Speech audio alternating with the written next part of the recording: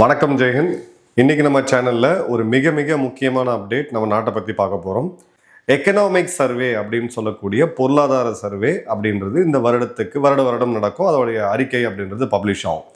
அதுல சில முக்கியமான ஜியோ பொலிட்டிக்கல் ஆங்கிள் அப்படின்றது இருக்கு. ஓவராலா பார்த்தீங்க அப்படின்னா நாடு ஒரு நல்ல ஒரு பாதையில தான் போயிட்டு இருக்கு. சில சவால்கள் இருந்தாலும் நாடு நல்ல பாதையில தான் போயிட்டு இருக்கு. அதாவது கடும் வறுமை அப்படின்னு சொல்லக்கூடிய கடும் ஏழ்மைன்னு சொல்லக்கூடிய அந்த தட்டில் இருந்த மக்கள் கிட்டத்தட்ட 22% மக்கள் இப்போ வந்து குறைஞ்சி கிட்டத்தட்ட 2% ஆயிருக்காங்க. ஒரு மிகப்பெரிய ஒரு அச்சீவ்மெண்ட்னே சொல்லலாம் கடந்த 10 வருடத்தில். ஏன்னா அந்த சோஷியல் ஸ்கீம்ஸு இலவசங்கள் கொடுக்கறது கண்டிப்பாக அந்தந்த மக்களுக்கு கொடுத்து தான் ஆகணும். வாழ்வாதாரம் அப்படின்றது உண்ண உணவு, உடுக்க உடை, படுக்க இடம், இந்த இடம் வந்து கண்டிப்பாக பூர்த்தி ஆகணும்.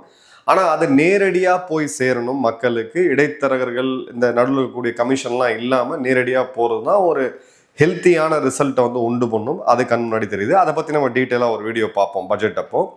இப்போ எக்கனாமிக் சர்வேல 2025-26 இந்தியாவுடைய வெளியுறவு கொள்கைக்கு ஒரு தெளிவான அலாம் ஒன்று கொடுத்துருக்காங்க. அதாவது அமெரிக்கா சைனா நடையே நடக்கக்கூடிய இந்த போட்டி மற்றும் சண்டையில் இந்தியா ஒரு அதிகமான பாதிப்படையக்கூடிய இடத்துல இந்தியா இருக்கு. ஏன்னா நம்ம சைனா கிட்ட மிகப்பெரிய லெவலில் வர்த்தகம் பண்ணிக்கிட்டு இருக்கோம். இன்னைக்கும் நமக்கும் சீனாவுக்கும் பார்த்தீங்கன்னா $130 பில்லியன் அளவுக்கான வர்த்தக பற்றாக்குறை, ஃபிஸ்கல் டெஃபிஷியன்ட் அப்படின்றது இருக்கு. அதாவது வர்த்தக பற்றாக்குறை அப்படின்றது ட்ரேட் டெஃபிஷியன்ட் அப்படின்றது இருக்கு. என்னன்னா நம்ம $130 பில்லியன் அதிகமாக இறக்குமதி பண்றோம் சீனாட்டிருந்து. அதே சமயம் அமெரிக்காவுக்கும் நம்மளுக்கும் பார்த்தீங்கன்னா நம்ம அமெரிக்காவுக்கு அதிகமாக ஏற்றுமதி பண்றோம். கிட்டத்தட்ட ஒரு 80 பில்லியன் $100 பில்லியன் கிட்ட நமக்கு வந்து அமெரிக்காவோட இருக்கு. ஸோ ரெண்டு நாடுகளுமே நமக்கு ரொம்ப ரொம்ப முக்கியம். இப்போ இந்த ரெண்டு நாடுகளும் சண்டை போடும்போது இந்த ரெண்டு நாட்டோடைய வர்த்தக உறவில் இருக்கக்கூடிய, அதே சமயம் மிக முக்கியமாக தொழில்நுட்ப உறவில் இருக்கக்கூடிய இந்தியாவுக்கு அது பாதிப்பை ஏற்படுத்தும். உடனடியாக நம்மளுடைய வெளியுறவு கொள்கையை மாற்றி அமைக்கணும் அப்படின்னு சொல்லி இந்த ரிப்போர்ட் சொல்லுது. இந்த இடத்துல பார்த்தீங்க அப்படின்னா இந்த சர்வேவுடைய இது வந்து தேர்ந்த வல்லுநர்கள், இந்தியாவுடைய மிகப்பெரிய பொருளாதார வல்லுநர்கள், டிஃபென்ஸ் எக்ஸ்பர்ட்ஸ், பொலிட்டிக்கல் எக்ஸ்பர்ட்ஸ் பண்ணக்கூடிய ஒரு டாக்குமெண்ட் இது. பாக்சிலிக்கா அப்படின்றத நோக்கி உலகம் போகுது அப்படின்னு சொல்லியிருக்காங்க. இதில் பார்த்தீங்க அப்படின்னா அமெரிக்காவோடைய தலைமையில் ஏஏ பேஸ் பண்ணி எண்ட் டு எண்ட் நம்மளுடைய அன்றாடம் சாப்பிடக்கூடிய உணவுல இருந்து நம்ம தூங்க போகிற வரைக்கும் பார்த்தீங்க அப்படின்னா எல்லாத்துலேயுமே ஏஏ வந்து கொண்டு வருவாங்க. அந்த ஏஏயோடைய ஆர்கிடெக்சரை லீடு பண்ணக்கூடிய, தலைமை எடுத்து நடத்தக்கூடிய சக்தியாக அமெரிக்கா இருக்கும். இதில் எனர்ஜி, நம்ம பயன்படுத்தக்கூடிய மின்சாரம், எரிபொருள் எல்லாமே ரேர் எர்த், இது இல்லாமல் இன்னைக்கு வந்து எதுவுமே கிடையாது.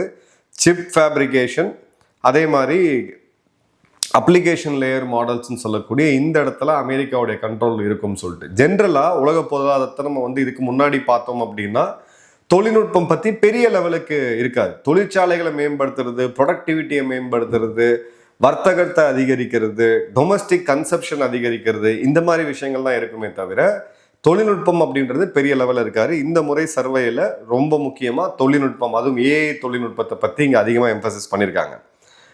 அடுத்தது பார்த்தீங்க அப்படின்னா சைனாவை அந்த செமிகண்டக்டர்ஸ், அட்வான்ஸ் செமிகண்டக்டர்ஸ் அவங்களுக்கு கிடைக்கக்கூடாது. சைனாவால் என்ன வேணால் ரிவர்ஸ் இன்ஜினியரிங் பண்ண முடிஞ்சது, காப்பீடிச்சு பண்ண முடிஞ்சது.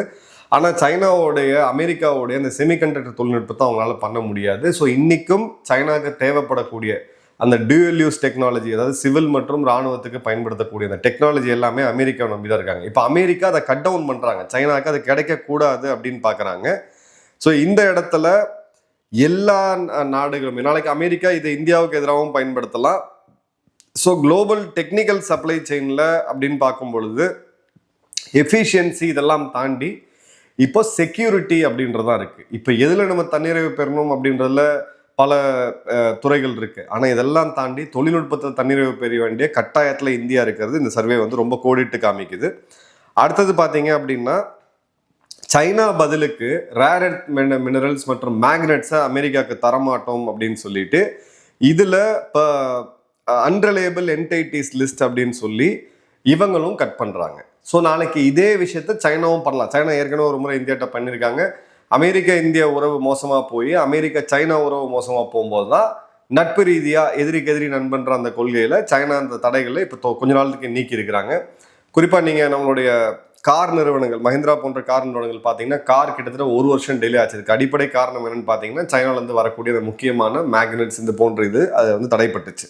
ஸோ ஒரு பக்கம் அமெரிக்கா, அவங்க தொழில்நுட்பம் குறிப்பாக ஏஐ கையில் வச்சுருக்காங்க, செமிகண்டக்டருடைய தொழில்நுட்பத்தை கையில் வச்சுருக்காங்க. இன்னொரு பக்கம் பார்த்தீங்கன்னா உலகமே இன்னைக்கு இயங்கி கொண்டிருக்கக்கூடிய இந்த எலக்ட்ரானிக்ஸ் யுகத்தில் ரேர் எர்த் மினரல்ஸை சைனா வச்சுருக்காங்க. ஸோ இந்த ரெண்டுத்தையும் பேலன்ஸ் பண்ணி போக வேண்டிய கட்டாயத்தில் இந்தியா இருக்குது. இதில் ஏதாவது இடத்துல நம்ம கொஞ்சம் பிசுறுனா கூட நம்மளுடைய தொழில் வளர்ச்சி சம்மந்தப்பட்ட நாட்டோட வளர்ச்சி பெரிய லெவலில் பாதிக்கும் அப்படின்றதான் இந்த சர்வே ஓடுது. அதே மாதிரி பார்த்தீங்க அப்படின்னா இந்த WTO வேர்ல்ட் ட்ரேட் ஆர்கனைசேஷன்லாம் தாண்டி அதெல்லாம் இப்போ கிட்டத்தட்ட முடிஞ்சு போச்சு. ஐநா சபையோட எந்த அமைப்புமே இப்போ தெளிவாக வேலை செய்கிறது கிடையாது. ஒரு ஃபுல் ஸ்கேல் ரைவல்ரி வரும். இப்போ போர் அப்படின்றது நம்ம வீரர்கள், ஏவுகணைகள் இதை தான் பார்க்குறோம். இது ரொம்ப அரிதாக தான் பார்ப்போம். ஆனால் போர் தொடர்ந்து நடந்துகிட்டு தான் இருக்கு. நம்ம நாட்டுக்கு எதிராகவும் சரி, நாமளும் சில நாடுகளுக்கு எதிராக பண்ணிட்டு தான் இருக்கோம். அதே மாதிரி பார்த்தீங்க அப்படின்னா சைனாவுடைய டொமஸ்டிக் மேக்ரோ பிக்சர், அவங்களுடைய உள்நாட்டு நிலவரம் அப்படின்றது ரொம்ப மோசமாக இருக்குது, ரொம்ப வலிமையற்றதாக இருக்குன்றது அவங்க கோடிட்டு காமிக்கிறாங்க. டீஃப்ளேஷன் அதிகமாகுது, விலை இறக்கம் அப்படின்றது, விலை ஏற்றம் அப்படின்றது நம்ம ஒரு பிரச்சனையாக பார்த்தா கூட விலை இறக்கம் மிக மிக ஒரு முக்கியமான பிரச்சனை. ஏன்னா நீங்கள் வருடம் உங்களுடைய ஊழியர்களுக்கு சரி, உங்க கூட வேலை பார்க்கக்கூடியவங்க, நீங்கள் இருக்கக்கூடிய நிறுவனங்கள் எல்லாமே 5% மினிமம் நீங்கள் சேலரி ஏற்றி தான் ஆகணும். ஆனால் சைனாவில் பார்த்தீங்கன்னா சேலரி ஒரு பக்கம் ஏறுது, விலையோட அந்த பொருட்களோட விலை அப்படின்றது கம்மியாகிட்டே வருது. பொருட்களோட விலை வருஷம் கம்மியாச்சு அப்படின்னா அந்த தொழில்துறை மொத்தமாக மூட வேண்டிய சூழ்நிலைக்கு போகும். அதை கோடிட்டு காமிக்கிறாங்க. அதே மாதிரி அவங்களுடைய ப்ராப்பர்ட்டி செக்டர் கிரைசிஸ், எவர்கிராண்டே போன்ற நிறுவனங்கள் திவாலானதை பற்றி நம்ம சேனலில் கிட்டத்தட்ட 100கணக்கான வீடியோஸ் நம்ம போட்டிருக்கோம். ஸோ இந்த இடத்துல இன்னைக்கு சைனாக்கு இருக்கக்கூடிய இது ஏன் நம்மளுடைய சர்வேல சொல்றாங்க அப்படின்னு பார்த்தீங்கன்னா, எக்கனாமிக் சர்வேல இப்போ சைனாக்கு டொமஸ்டிக் கன்சப்ஷன் ஒன்றுமே இல்லை. இப்போ அந்த நாட்டோட வளர்ச்சியை தக்க வைக்கணும், இல்லை குறைஞ்ச அளவுக்காக சரிவில் நிறுத்தணும் அப்படின்னா அவங்க ஏற்றுமதி அதிகமாக பண்ணணும். அவங்ககிட்ட வலிமையான ஒரு ஏற்றுமதிக்கு உண்டான உற்பத்தி துறை இருக்கு. அப்போ ஏற்றுமதி அதிகப்படுத்தணும் அப்படின்ற போது அவங்களுடைய விலையோடு இந்திய நிறுவனங்கள் விலையை கம்பீட் பண்ணுறது கஷ்டமாயிடும். அதை தான் இவங்க கோடிட்டு காமிக்கிறாங்க. அதே மாதிரி பார்த்தீங்க அப்படின்னா சைனா ஒரு ஃப்ரீ ட்ரேட் போர்ட் எக்ரிமெண்ட்டாக ஹைனனுடைய இது பண்ணியிருக்காங்க. ஸோ இந்த இடத்துல கஸ்டம்ஸ் எல்லாம் ரொம்ப லிபரலைஸ் பண்ணி நீங்கள் எங்கே வேணால் தயாரிச்சிக்கங்க, சைனா லேபிளில் போட்டு எக்ஸ்போர்ட் பண்ணிங்க. அதே மாதிரி சைனா எங்களுடைய பொருட்கள் எங்கெங்கெல்லாம் தடை செய்யப்பட்டிருக்கோ அதை வியட்நாம் வழியாக அசம்பிள் பண்ணி இல்லை பேக்கேஜிங் பண்ணி உலக நாடுகளுக்கு அனுப்புறது. ஏன்னா வியட்நாமோட நீங்கள் அந்த எக்ஸ்போர்ட் க்ரோத் பார்த்தீங்கன்னா அவங்களுடைய உற்பத்தி துறைக்கும் அவங்களுடைய அவுட்புட்டுக்கும் பார்த்தீங்கன்னா சம்மந்தமே இல்லாத அளவுக்கு அதிகமாக இருக்கும். அப்போ என்ன நடக்குதுன்னு பார்த்தீங்கன்னா சைனாவிலேருந்து இந்த பொருட்கள் வியட்நாம் அதை ரீபிராண்ட் பண்ணி இல்லை அதில் சின்ன அளவுக்கு பேக்கேஜிங் மாற்றங்களை செஞ்சு அதன் பிறகு அது மேட் இன் வியட்நாமாக எக்ஸ்போர்ட் ஆகுது. ஸோ சைனாவுடைய இந்த இடம் அப்படின்றது இந்தியாவுக்கு ஒரு பெரிய ஒரு சேலஞ்சாக இருக்கும். ஏன்னா நீங்கள் ப்ரைஸில் சைனாவை கம்பீட் பண்ணணும் அப்படின்னா அந்த அளவுக்கு தொழில்நுட்பம் இருக்கணும், ப்ரொடக்டிவிட்டி இருக்கணும், மின்சாரம், நம்மளுடைய அடிப்படையாக இருக்கக்கூடிய அந்த தொழிற்சாலைக்கே உண்டான எல்லா காஸ்ட்டுமே கம்மியாக இருந்தால் தான் அவங்க நம்ம சைனாவோட கம்பீட் பண்ண முடியும் அப்படின்னு பார்க்குறோம். அதே மாதிரி பார்த்தீங்கன்னா அமெரிக்காவுடைய இந்த ட்ரம்ப்போடைய கிளப்பு, இப்போ இந்த 16 நாடுகள் போர்ட் ஆஃப் பீஸ்னு சேர்ந்தது, ட்ரம்ப்போடைய பயந்துக்கிட்டு இல்லை ட்ரம்ப்பு கிட்ட காரியம் சாதிக்கணும்னு சேர்ந்த நாடுகள், இது ஒரு கிளப் மாதிரியான ஒரு இது வந்துருச்சு. ஒரு புது சுச்சுவேஷன் இருக்கு. அலையன்சஸ் இனிமே கிடையாது. ஒரு ட்ரம்ப் என்ன சொல்றாரோ ட்ரம்ப்பை துதிபாடக்கூடிய பல நாடுகள் இன்னைக்கு ஒன்னா இருக்கிறதாங்க பார்க்குறோம். ஸோ அவங்களுக்கு அமெரிக்காவுடைய தொழில்நுட்பம் கிடைக்கலாம், அமெரிக்காவுடைய ஏஐல முன்னுரிமை கிடைக்கலாம். இப்போ இந்தியா எந்த இடத்துலையுமே சைடு எடுக்க முடியாது. இதையும் இந்த சர்வே கோடிட்டு காமிக்குது. அதே மாதிரி பார்த்தீங்க அப்படின்னா எந்தெந்த நாடுகள் அட்வான்ஸ் மெட்டீரியல், அதாவது rare earth minerals, critical API, active pharmaceutical இன்கிரீடியன்ட்ஸ்னு சொல்லக்கூடிய சில முக்கியமான மருந்துக்கு தேவைப்படக்கூடிய மூலப்பொருட்கள், செமிகண்டக்டர், அப்புறம் ஏஐ ஸ்டாக், இது 4 யார் கையில் இருக்குதோ அவங்க தான். ஏன்னா இது பியூராக ஒரு எக்கனாமிக் பார்வையில் பார்க்கக்கூடியது. 4 விஷயம் அவங்க சொல்கிறாங்க. ஒன்று அட்வான்ஸ் மெட்டீரியல்ஸ், அதாவது நம்மளுடைய ரேர் எர்த் சம்மந்தப்பட்ட மெட்டீரியல்ஸ். இன்னொன்று கிரிட்டிக்கல் ஏபிஐ, மிக முக்கியமான மருந்துகளுக்கு தேவையான மூலக்கூறுகள். அதன் பிறகு பார்த்தீங்கன்னா செமிகண்டக்டர், எவ்வளோ உங்களால் தயாரிக்க முடியும், மற்றும் ஏஐ. இது 4 தான். 4 யாருக்கிட்ட வலிமையாக இருக்குதோ அவங்க தான் லீட் பண்ணுவாங்க அப்படின்னு பார்க்குறோம். ஸோ இந்த இடத்துல நம்மளோட சென்ட்ரல் பாலிசி ப்ரிஸ்கிரிப்ஷன், ஓகே, சேலஞ்சஸ்லாம் பார்த்தோம். இந்த ரிப்போர்ட் என்ன சொல்கிறாங்க அப்படின்னு பார்த்தீங்கன்னா ஸ்ட்ராட்டஜிக் இன்டிஸ்பென்சபிலிட்டி அப்படின்ற வார்த்தையை பயன்படுத்தியிருக்காங்க. இப்போது உதாரணத்துக்கு செமிகண்டக்டர் நீங்கள் நிறுவனம் உருவாக்கணும்னா, இங்கே உற்பத்தி பண்ணணும் அப்படின்னா அமெரிக்காவோட உதவி இல்லாமல் பண்ண முடியாது. சோலார் அப்படின்றது நீங்கள் பண்ணணும், ஒரு பெரிய உங்கள் நாட்டை சோலாரோட இதுவாக மாற்றணும் அப்படின்னா சீனாவோடது இல்லாமல் பண்ண முடியாது. ஸோ ஒரு நாடு, இந்த பெரிய நாடுகள், வளர்ந்த 2 நாடுகள் சீனா மற்றும் அமெரிக்காவை பார்த்தீங்கன்னா சில முக்கியமான தொழில்நுட்பத்தை சிம்பிளா சொல்லணும்னா குடுமையை கையில வச்சுக்குவாங்க. இந்த ரிப்போர்ட்டை தான் சொல்லுது. இந்தியா சில துறைகளை தேர்ந்தெடுத்து அந்த துறையில மிகப்பெரிய வல்லுநராகி இந்தியா இல்லாம மிச்ச நாடுகள் செயல்பட முடியாது அப்படின்ற அந்த ஸ்ட்ராட்டஜிக் இன்டிஸ்பென்சிபிலிட்டி வந்தாதான் நாம இந்த இடத்துல வெற்றி பெற முடியும். வெறும் உற்பத்தியை மட்டும் செஞ்சு நம்ம ஏற்றுமதி செஞ்சுக்கிட்டு இருந்தோம்னா நம்ம மிடில் பவரா தான் இருப்போம் அப்படின்றது இங்க கிளியர் கட்டா வருது. ஸோ இந்த இதில் moving beyond service heavy back office model நல்ல கவனிங்க. 90களில் நம்ம ஐடி துறையை மிகப்பெரிய லெவலில் கொண்டு வரோம். பல உலக நாடுகளுடைய பிஸ்னஸ் ப்ராசஸிங் ஆஃபீஸ்ன்னு சொல்லக்கூடிய பிபிஓஸ், அப்புறம் நாலேஜ் ஆஃபீஸ்ன்னு சொல்லக்கூடியது, இப்போ கேப்பபிலிட்டி பில்டிங் ஆஃபீஸ்ன்னு சொல்லக்கூடியது, அதே மாதிரி பார்த்தீங்க அப்படின்னா data base, back and office. இனிமே இந்தியா பேக் அண்ட் ஆஃபீஸாக மட்டும் ரன் பண்ணக்கூடாது. இது ரொம்ப ஒரு ஒரு சேச்சுரேட்டடான சுச்சுவேஷன். இதிலிருந்து நாம non substitutable products and platforms and hardware, advance manufacturing, digital infrastructuring அப்படின்றத மாறணும் அப்படின்ட்டு.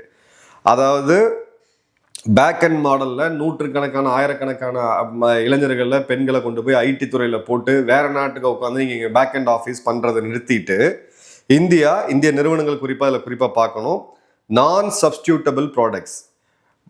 இப்போ நீங்கள் மேக்னெட், ரேர் எர்த் மேக்னெட்ஸ்னால் அதுக்கு சப்ஸ்டியூட்டே கிடையாது. நீ அதை மட்டும் தான் யூஸ் பண்ணி ஆகணும். அப்போ சைனாவை நீங்கள் நம்பி தான் இருக்கணும். சைனாவை நீங்கள் எதிர்க்க முடியாது. அந்த மாதிரியான சப்ஸ்டியூட்டே இல்லாத products, hardware platforms, advanced manufacturing மற்றும் டிஜிட்டல் இன்ஃப்ராஸ்ட்ரக்சர், இதை உள்ளுக்குள்ளே நம்ம ஃபோக்கஸ் பண்ணணும்னு சொல்லிட்டு. ஸோ பேக் அண்ட் ஆஃபீஸாக இருந்த காலம் முடிஞ்சு போச்சு. 90களில் பார்த்தீங்கன்னா பிபிஓஸ் ரொம்ப ஃபேமஸாக இருந்துச்சு. என்னோட ஜென்ரேஷன்லேயே பார்த்தீங்கன்னா நிறையா பேருக்கு, லட்சக்கணக்கான பேருக்கு பிபிஓஸ் வந்து வேலை வாய்ப்பு கொடுத்தாங்க. இப்போ பிபிஓஸை யார் இப்போ பண்ணிட்டு இருக்காங்கன்னு பார்த்தீங்கன்னா இந்தோனேஷியா, வியட்நாம் போன்ற நாடுகள். வியட்நாம் கூட கிடையாது, இந்தோனேஷியா, பிலிப்பைன்ஸ் போன்ற நாடுகள். ஸோ இப்போது அந்த இடத்துலேருந்து நம்ம மாறணும்.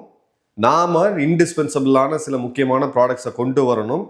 சில குறிப்பிட்ட அட்வான்ஸ் தொழில்நுட்பத்தில் இந்தியா வரணும். அப்படின்னா இந்தியாவுடைய கார்ப்பரேட் நிறுவனங்கள் இந்த மைண்ட் செட்லேருந்து மாற்றி வெறும் அதாவது நம்ம ஐடி துறை ஊழியர்களை அவங்கள ஒரு கம்பெனியில் போட்டு அதில் ஒரு பில் பண்ணி இந்த மாதிரி பண்ணிக்கிட்டு இருந்தோம் அப்படின்னா இது வேலைக்கு ஆகாது. ஏன்னா ஏஐ வந்துருச்சு. பல 100 பேர் வேலை செய்ய வேண்டிய இடத்துல இப்போ 10 பேர் வேலை செஞ்சால் போதுன்ற ஒரு நிலைமைக்கு இருக்கும்போது அந்த ஷிஃப்ட்டை பண்ணி ஆகணும்னு சொல்லி இப்போ இந்த எக்கனாமிக் சர்வே ரிப்போர்ட் சொல்லுது. அதே மாதிரி பார்த்தீங்கன்னா ஆக்ஸலரேட்டட் டொமஸ்டிக் இனோவேஷன் கெப்பாசிட்டி. இந்த இனோவேஷன், புது ஆராய்ச்சி, புது கண்டுபிடிப்பில் இந்தியாவுடைய இப்போ இந்தியாவை நீங்கள் ஒரு யானையாக எடுத்தீங்கன்னா அந்த யானையை உருவகப்படுத்தும் போது இந்த R&D ரிசர்ச் அண்ட் டெவலப்மெண்ட்டுன்னு பார்த்தீங்கன்னா அதோடைய தலையில் இருக்கக்கூடிய அந்த ரோமத்துக்கு அளவு கூட கிடையாது. ஏன்னா அதில் நம்ம ஃபோக்கஸே பண்ணலை. இப்போ அதில் பண்ணணும் அப்படின்றத சொல்கிறாங்க. குறிப்பாக semiconductor, critical mineral processing, AI, இது எல்லாமே. ஏன்னா இது எல்லாமே நம்ம வெளிநாடுகளில் டிபெண்ட்டாக இருக்கிறோம். நம்ம வந்து வளர்ச்சி பெற்ற பாரதம், விக்ஷித் பாரத்னு சொன்னால் இதெல்லாம் நம்ம தன்னிறைவு பெற வேண்டிய கட்டாயம் இருக்குது. இப்போ இந்த இடத்துலலாம் நம்மளோட அட்வான்ஸ் ரிசர்ச் வேணும்னு சொல்லிட்டு இந்த மாதிரி கிளியர் கட்டான ஒரு ரீபொசிஷனிங் பண்ணலை. நம்ம இப்படியே ஓடின குதிரையை நம்ம ஓட்டிக்கிட்டு இருந்தோம் அப்படின்னா, ரீபொசிஷனிங் பண்ணல அப்படின்னா India risk being locked into a client state role in a world defined by technology, denial regime, sanctions and strategic leverage of computing and materials. Clear கட்டாக நாம் வந்து ஒரு கிளைன் ஸ்டேட் ரோல், முதலாளிகள் அமெரிக்காவில் இருக்காங்க, தொழிலாளிகள் இந்தியாவிலேருந்து அவங்க வேலையை செய்கிறாங்க. கிளைன் ஸ்டேட் ரோலாக நம்ம மாறிடுவோம். அந்த மாதிரி மாறக்கூடாதுன்றது 2025-26 இது ஒரு திருப்பு முனையாக பண்ணியே ஆகணும் அப்படின்றது அந்த கட்டாயத்தை சொல்கிறாங்க. இப்போது இதே ரிசல்ட் சர்வே வரப்போ இந்தியா டுடேவுடைய மூட் ஆஃப் த நேஷன் சர்வேவுடைய ரிசல்ட்டும் வருது. அந்த ஒப்பீனியன் படி ஓரளவுக்கு ரெப்யூட்டடாக நான் பார்க்கக்கூடியது. இப்போ இருக்கக்கூடிய மோடி அவர்களுடைய அரசாங்கத்துக்கு 350க்கும் அதிகமான சீட் கிடைக்கும் இப்போ தேர்தல் நடந்தா அப்படின்ற போது கவர்மெண்ட்டோட ஸ்டெபிலிட்டி கிளியராக தெரியுது. ஸோ கவர்மெண்ட் ஸ்டேபிளாக இருக்குது, என்ன பண்ணணும் அப்படின்றது தெரியுது. இப்போ எப்போ பண்ண போகிறோம்ன்ற அந்த ஒரு கேள்வி மட்டும்தான் பட்ஜெட்டில் நம்ம பார்க்க போகிறோம். பட்ஜெட்டில் 26 இந்தியா எடுக்கக்கூடிய சில முடிவுகள் பெயின்ஃபுல்லாக தான் இருக்கும். ஒரு வேக்சின் போடுறோம் அப்படின்னா அந்த வலி கண்டிப்பாக இருக்க தான் செய்யும். பட் அது நம்மளுடைய நல்லதுக்காக தான். ஸோ அந்த இடத்துல தான் இப்போ இருக்குது. இதை விட்டுட்டு நம்ம பழைய குதிரையை ஓட்டிக்கிட்டு இதே குண்டு செட்டில் குதிரை ஓட்ட கடையை ஓட்டிகிட்டு இருந்தோம் அப்படின்னா வளர்ச்சி பெற்ற பாரதமாக 2047 நம்ம கனவாக காண்றது அது கனவாக தான் இருக்கும். 350 வருடங்களை பிடிச்சா அதுக்குள்ளே இந்தியா மற்றும் அமெரிக்கா, சைனாவுடைய அந்த ஒரு கேப்புமே ரொம்ப ரொம்ப அதிகமாகிடும். அரசாங்கம் என்ன பண்ணுறாங்கன்றதை பார்ப்போம். நன்றி, வணக்கம், ஜெயந்த்.